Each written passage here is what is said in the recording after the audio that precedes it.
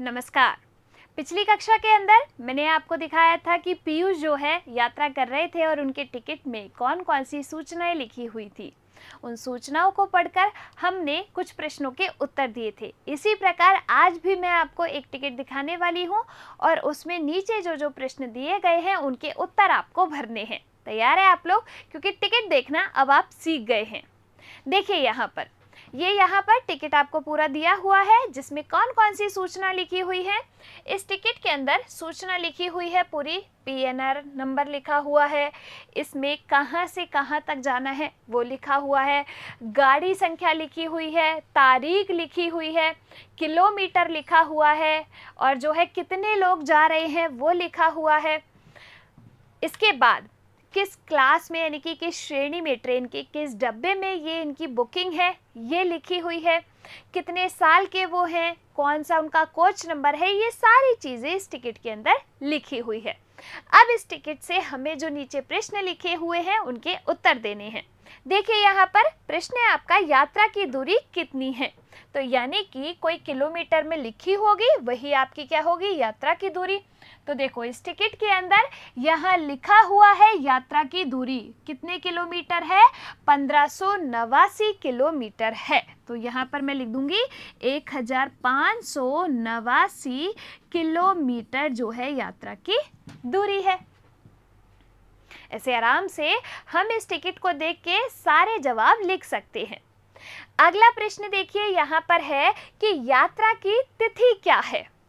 यात्रा की तिथि क्या है, तो देखिए यहाँ पर तारीख लिखी हुई है कितनी, 3/1/2014, यानी कि ये टिकट कब का है, 3 जनवरी। एक पहले नंबर पे कौन सा महीना आता है, अपना जनवरी आता है ना, तो 3 जनवरी 2014। तो यात्रा की तिथि क्या है, 3 जनवरी।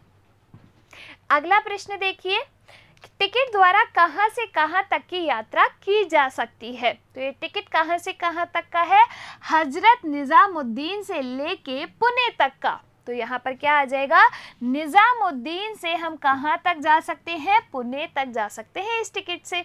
तो यहाँ पर क्या आ जाएगा, हजरत निजामुद्दीन से पुणे तक। ठीक है भाई, आई बात समझ में। आगे देखिए अगला प्रश्न क्या है, यात्रा का किराया कितना है, यानी कि रुपए में कोई चीज लिखी होगी वही आपका क्या है, किराया। तो देखो यहाँ पर क्या लिखा है, कुल नगद कितने, 1480 रुपये। तो कितना किराया हो गया, 1480 रुपये, या फिर अपन इसको क्या बोलते हैं, 1480 रुपये। तो अपना कितना आ जाएगा, 1480 रुपये का जो है ये टिकट है। अगला प्रश्न क्या है, हम यहाँ पर 4 यात्री होने पर कितना किराया होगा। जब एक यात्री का कितना किराया लग रहा है, एक यात्री का लग रहा है 1480 रुपये। कितना, 1480 रुपये। तो 4 यात्रियों का किराया कितना लगेगा, 4 से गुणा कर देंगे इसको। तो 1480 को गुणा करो आप किससे, 4 से। देखिए 4 को 0 से गुणा करेंगे 0 आएगा, 4 का पहाड़ा 8 बार बोल लीजिए, क्या आएगा, 32 आएगा। तो 32 में अपन जो है 2 को यानी कि इकाई के अंक को यहाँ लिख लेंगे और 3 क्या लगा देंगे, हासिल। 4 चौको क्या होता है, 16। 16 में 3 जोड़ेंगे कितने आएंगे, 19। अब 19 में से इकाई का अंक सिर्फ यहाँ लिखेंगे और 1 यहाँ पर हासिल लगा देंगे। 4 एकम 4 और 4 में 1 जोड़ा कितना आ जाएगा, 5।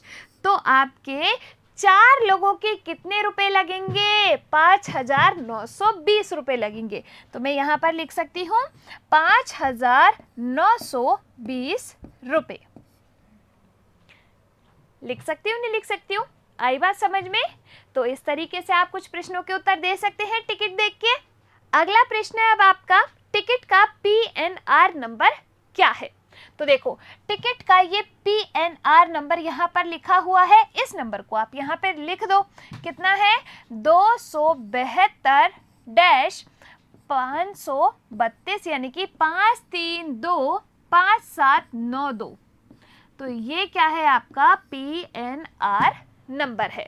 तो यहाँ पर ये क्या हुए, आपके कुछ सवालों के जवाब हुए जो कि आपके टिकट में लिखे हुए हैं। इन टिकट के अंदर सारी सूचना लिखी होती है, आपको किसी से कुछ पूछने की ज़रूरत नहीं है, आप सब चीज़ें खुद पढ़ सकते हो। देखो यहाँ पर ये कोच लिखा हुआ है, ये यहाँ पर सीट भी लिखी हुई है, ये यहाँ पर ये भी लिखा है कि आप आदमी है या औरत है। जिसका टिकट है ना, M का मतलब होता है मेल यानी कि आदमी की टिकट है, W का मतलब होता है वुमेन यानी कि किसी औरत की टिकट है। यहाँ पर उसकी उम्र लिखी हुई है कि वो 19 साल का है। तो ऐसी सारी सूचना उस टिकट में निहित होती है, आप उस टिकट को आराम से देख सकते हो, उसके जो प्रश्न है उनका आंसर दे सकते हो। आया आपको टिकट देखना? क्या अब जरूरत पड़ेगी किसी की? बिल्कुल भी नहीं, हम खुद अकेले यात्रा कर सकते हैं। मिलेंगे अगली कक्षा में, धन्यवाद।